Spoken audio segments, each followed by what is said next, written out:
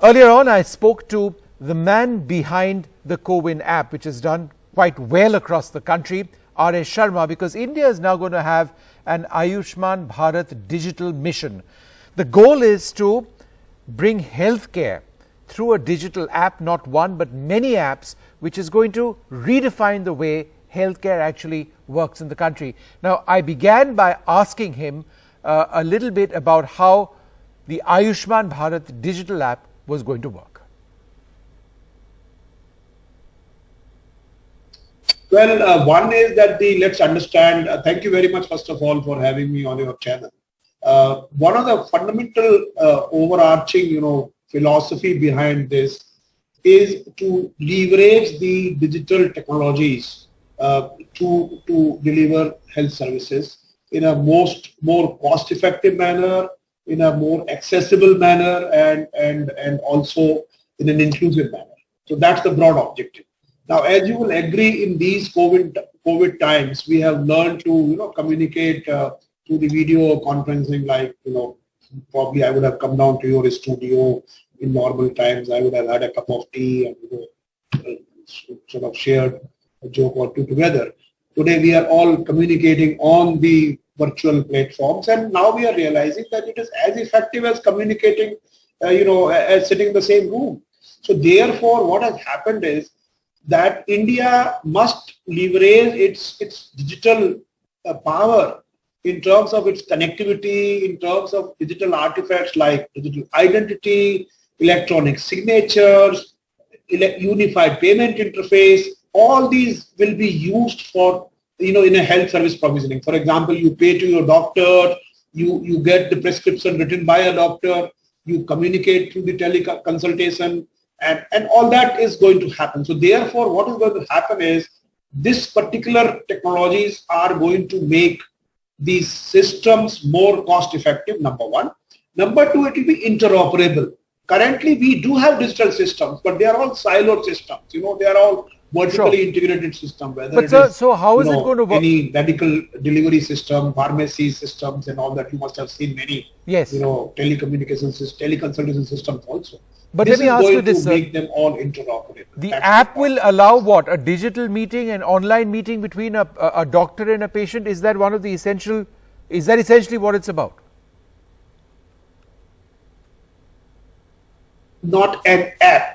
When you say app, it will be multiple apps. I see. Think of this this way. Currently, you have Ola or Uber. Yes. Now, you have an Ola app, then you can book Ola taxi. If you have an Uber app, you can book Uber taxi. Think of a situation where you have an Ola app and you can book any taxi, whether it is on Uber platform or whether it is on normal platform. That's the interoperability which this protocol-based system is going to bring about. And that is why we are calling it unified health interface, similar to unified payment interface, which means anything can connect to anything. And therefore, there will be large number of patient-facing apps, there will be large number of hospital-facing apps and stuff like that. That's how it goes. So when is this going to be implemented? The Prime Minister has launched it yesterday, and now we are going to implement it. Currently, it was being done in the 6 union territories, and a lot of proof of concepts have happened. Proof of concept on the personal medical record, proof of concept on the registry of the doctors, registry of the hospitals, registry of laboratories, registry of drugs. All those things have happened. Now what is going to happen is they are all going to be enriched and fulfilled by the entire countrywide rollout. So that's what we are going to begin. So now, how many apps will there be? As many as people want. And to begin with? So basically, startups will begin with big applications, various people. Currently what is happening is startups will have to, build application, bring doctors, allow the download of those applications. So everything is being done by those startups. Tomorrow they'll just be able to plug into this platform and they will have access to the entire registry of the entire data or reference data will always be available with them. So therefore, it's going to become very easy for our startups. And once they start doing that, they can, export their solutions to wherever they want to. So it's actually going to make it very easy for people to onboard to this platform. And this platform will be, it will not be Amazonification of health services. Let me put it this way. This platform will be a platform which will be a democratic platform. It will be a platform which will provide a level playing field to everybody, big or small. So therefore, the small pharmacy, the pharmacy near you, person can just search. So it will enable the patient-facing application will enable searching, booking, like you are able to book COVID vaccination today, COVID vaccination. Similarly, those things will happen.